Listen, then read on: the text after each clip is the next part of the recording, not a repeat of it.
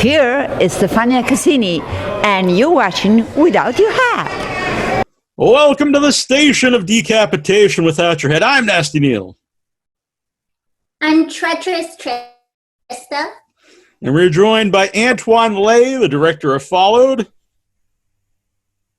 And the star of, hello. And the star of, yes, and the star of Followed, Matthew Solomon. It's very good to have both of you here. Hi guys, thanks for having me. Thank you for having us. First of all, I want to mention that it's opening next week at the drive-in on the 26th, and that's not something I get to say very often. It might be the first time I've mentioned that on a show. That's someone's movies. It's actually opening 1 week earlier, so okay. It's actually open tomorrow. It's opening tomorrow, and then next week, the 26th, we go into expand nationwide. Oh, wow. I assume when you made it, you never thought, this might play at the drive-in. Never in a million years. Myself. Yeah, I've actually never been to a drive-in either. Our movie will be the first that I've ever been to the theater, so that's pretty exciting. It really is. Yeah. So, Antoine, what interested you in the script? So we actually did have the script when we first thought about this concept. Long story short is that the story behind, Hotel Cecil, I remember watching the news back in the day when I saw that, the story first broke. And I thought it was a parody or like a mockumentary. I didn't think it was real because there's no way. Keep in mind, the real life story is also, very similar to a death film that was made, So I thought it was more like an homage. I never thought it was real. And then when I started reading it, my God, this is actually real. So that event, and I do recall that every year, during Halloween time, they always bring up also Cecil, at least I don't know all of that. I always was reading. The story just drew me in. And just so happened that, Todd played a writer, with a producer back in the day, and Todd was also interested in the same subject, in the same Hotel Cecil and all that, but Todd had an idea that because with the social media and the rise of vloggers and everything else, so I think we both came up with a concept of what happens if there's a vlogger, a reverent vlogger that really is interested in this hotel and he wants to do a subject on it. So that is the genesis of the idea. And after we have the genesis of the idea, Todd, like a writer, just went on and wrote it. And basically, what I loved about the script is not just a here's a horror cookie cutter group of friends or whatnot saying it's not just simple. The script actually has nuances. There's a lot more about characters. The original is over 120 pages, so that's what I like, which is a film that is more character driven rather than event driven, right? And of course it's based on real life, and it's based on the whole vlogging phenomenon as well. So that's what interested me. So it's one way to answer. Yeah. What interested you, Matthew, in the role? Well, so I was actually cast before there was a script as well. Oh, okay. Which was, very unusual. Basically, what I was given was details for, I think, 3 different scenarios, and they said, come in and improvise, I'll see your personality. And I think that would scare a lot of other actors away. For me, I love mumblecore style where you don't shoot with the full script, you just get to improvise your way through it. And I was like, oh great, okay, I get to walk into the audition and I get to just do what I want. That's so cool. So I did that, and I was so lucky that they ended up casting me, and then I got to actually watch the process of the script, which was really interesting. I saw this movie almost from its genesis to its completion. So that was probably the most unique and fun thing about this process. So few actors really get to experience that.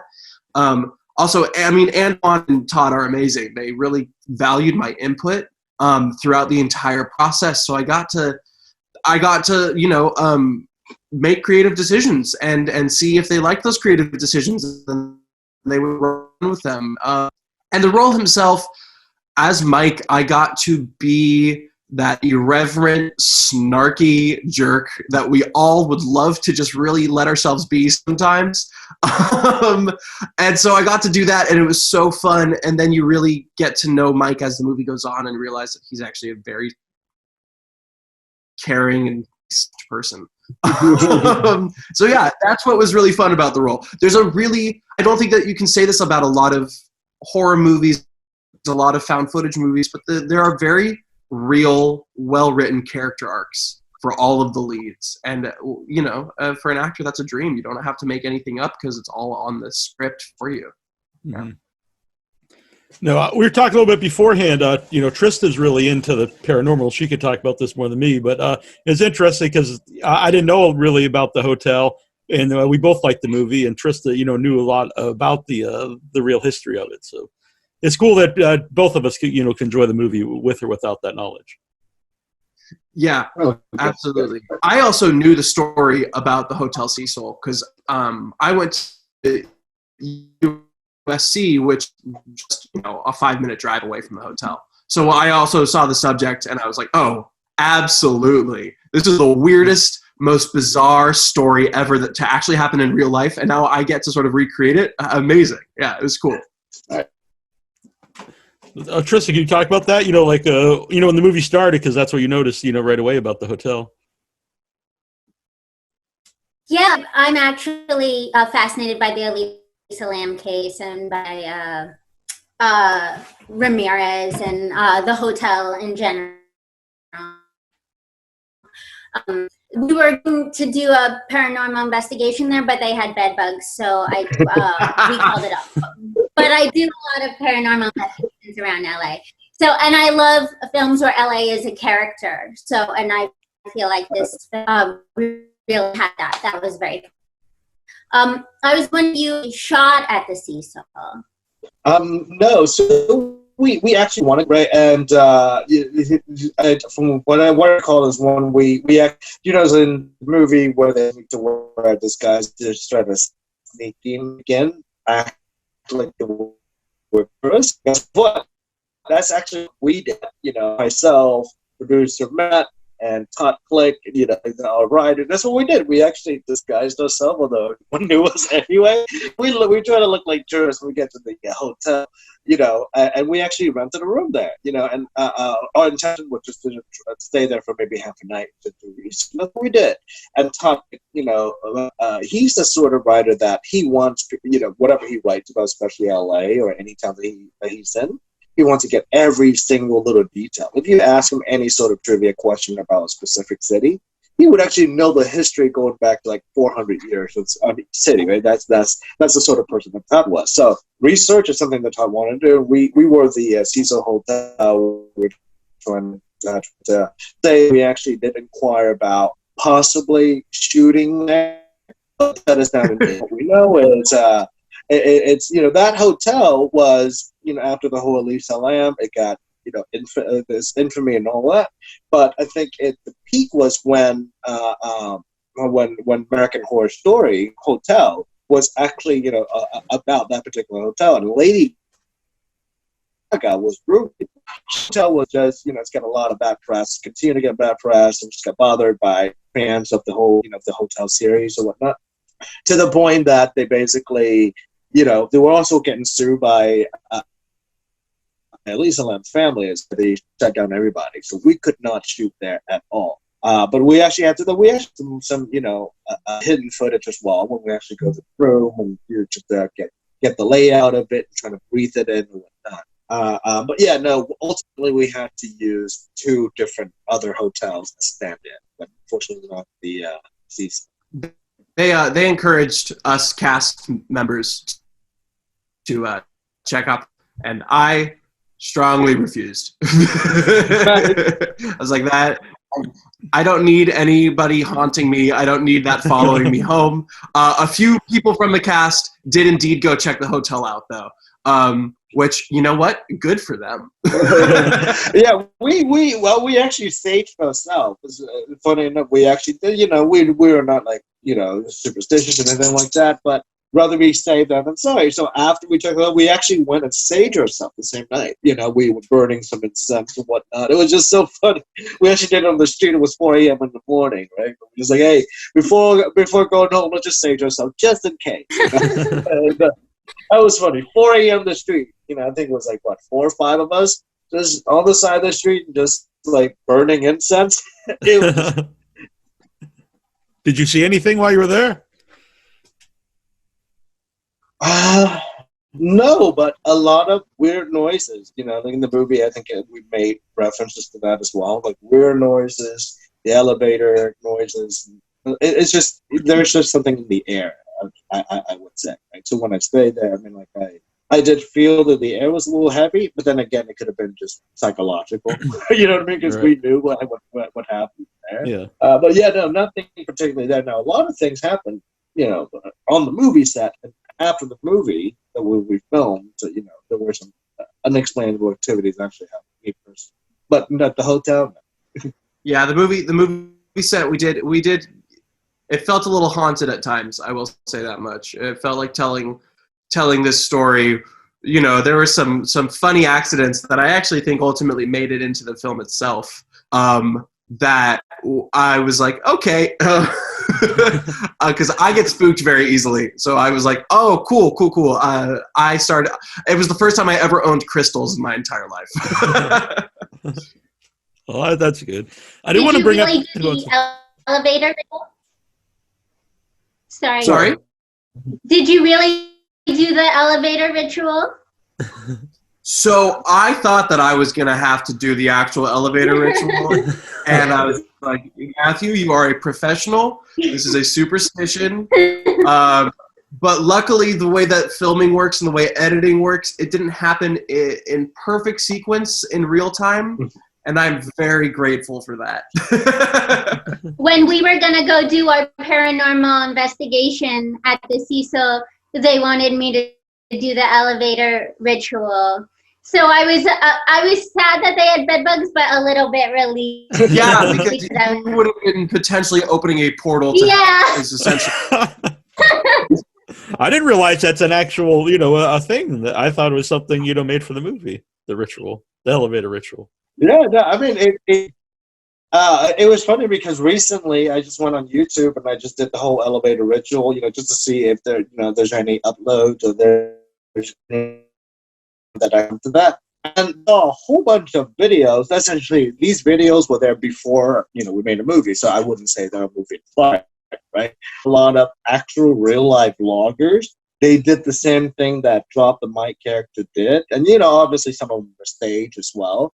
But it was just funny because I watched them like, oh, I guess it's lifted straight out of the film, right? And some of them essentially got made after it was released. But the film hasn't been widely released yet, so I'm pretty sure it was just a coincidence. But it was just funny because I actually watched, if you go to YouTube and start an elevator ritual, elevator game, I swear you could see at least a dozen of Drop the Mics out there, even the antics and everything else too. I was really surprised. Yeah. Well, I think that would add to the people attempted it, and I was saying I think that would add to the realism of the movie if there are people similar to this doing this. Yeah, absolutely. So I went on it just to see if people actually are doing this in real life, but yes, they do, which is funny. Yeah, and disturbing. I want to mention the found footage element of the movie because I thought you guys did a good job where it's progressively, shaky, where they clearly know how to use a camera. Where sometimes I watch found footage and it's like this the whole movie, and it's like, why would they be doing that when they're just filming themselves talking? So it doesn't go crazy until some things are actually happening. Right. Yeah, I think what's cool about the film is that because Mike is career making video blogs, we get to actually shoot professionally because in reality Mike would be shooting professionally. Because I've had friends say, oh, I don't want to watch the movie. I get nauseous when I watch found footage. And I'm like, no, it's shot really well. Because in Mike's world, Danny or Christopher, the two characters of the film, are directors of photography. Are real. So yeah, it looks. I was also very excited by how good it all ended up looking as well. Thanks. Yeah, and now for found footage is that I like found footage as well. Obviously I like the genre. Never thought I would actually make a movie in that genre, but I like the genre a lot. But I do think that it kind of peaked with Paranormal and Blair Witch, and that superhero movie called Chronicle, which is a found footage superhero movie, which I entirely admire. I love that movie, right? So one of the things that when I approach this is that I don't like the traditional found footage, which is grainy video and all that, because like I said, I thought it was already perfected. I couldn't do it to it. But I really like the approach that Chronicle did, which is they use found footage as just it's just a style, but the movie itself is very cinematic. And basically, they came up with how they could set up different angles and make it cinematic. As simple as having the character possess superpowers, because they got superpowers, you can move the cameras around, make the camera flies or whatnot. So that's genius. You just need to have this, right? We need to do this in found footage. Then wanted to make sure that it's different. So I actually call it we call the term cinematic found footage. So what we did was that we set up the characters of Brought the Mic to be a vlogger, and of course he works with Nick, played by Caitlin Caitlin Grace. And she is an editor. She's a UC film school student. I mean, that's what we had her do. And she's an editor. So that's why it's a very polished professional shot, simply because, we wanted to use an excuse that, hey, this is not a traditional found footage. And eventually what I wanted to do is that I wanted to build up the story in a sense that people should forget watching found footage, right, be in the movie. And hopefully, it looks cinematic enough that people also, not really attention that I don't know to watch found footage. Yeah. But that was one of the things that we initially. I think the score helps there too, because there's a lot of the music really adds to the tension of the movie. Absolutely. Jason today is our composer, brilliant composer. And yes, and at first we actually had to decide whether or not music or no music. Obviously, in real life there wouldn't be any music, right? But then we were thinking of, hey, this is something is cut by, so therefore it's already professionally acted. One. Number two is that if this was actually in real, someone uploaded the footage, someone at a studio to release the film, obviously the studio will actually add music to it as well, because it's a cinematic experience. So that's how I guess we convinced ourselves we should just have music instead of the traditional no music. So right, yeah. So Followed, it comes out tomorrow at the drive-in, and then it's going to open a little wider, and then it'll eventually go to video on demand. How can people follow it and see where they can check it out?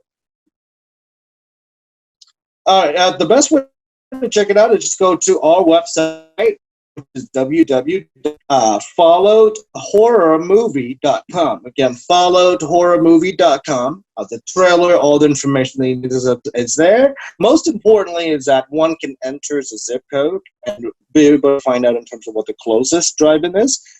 So I think that we're opening tomorrow with about maybe 30 to 40 theaters at the moment, but by next week we should expanding to a nation, which is triple that theaters. And I also know from our distributors that new theaters are being added. In fact, there's a quote-unquote really high demand for drive-ins everywhere, even pop-ups, right? So new drive-ins are just reopening. There, I think in the United States, there's about over 350 some drive-ins. Not all of them are working at the moment, but I know that the owners are scrambling to get all of the theaters out. So hopefully we'll be out to as many of them as we possibly can within a short amount of time. But yes, do expect for us to be opening nationwide next week and available about 30 to 40 theaters tomorrow. And again, just wherever you are, just I'm putting this just if there's one or two, near you. I was surprised that there are actually 3 in my area, which I have no idea. Although they are about 50 miles away, but still, there are 3 relatively in your area. Yeah. All right. Well, very cool. Well, it's very cool to talk to you both, and I dug the movie. I know Trista liked the movie, and hope people check it out. Absolutely. Thank you so much for having us, and then yes, hope people will come check it out as well. I think this is something that folks can enjoy, especially during this pandemic. And I think watching in the drive-in and a person view may give it a pretty good experience. Yeah, definitely. So I actually can't wait to go see it myself to see what the movie feels like, when we're watching a drive-in. Yeah. Thank you guys so much for having us. Really appreciate it. Thank you guys. We really enjoyed the film. Congratulations. Appreciate it. Thank you, guys. Thank you. Thank you so much, guys. Bye. Bye. Take care. Yeah. Oh, hey, it's Seth Chatfield from Blood of the Tribbids reminding you that you're watching Without Your Head.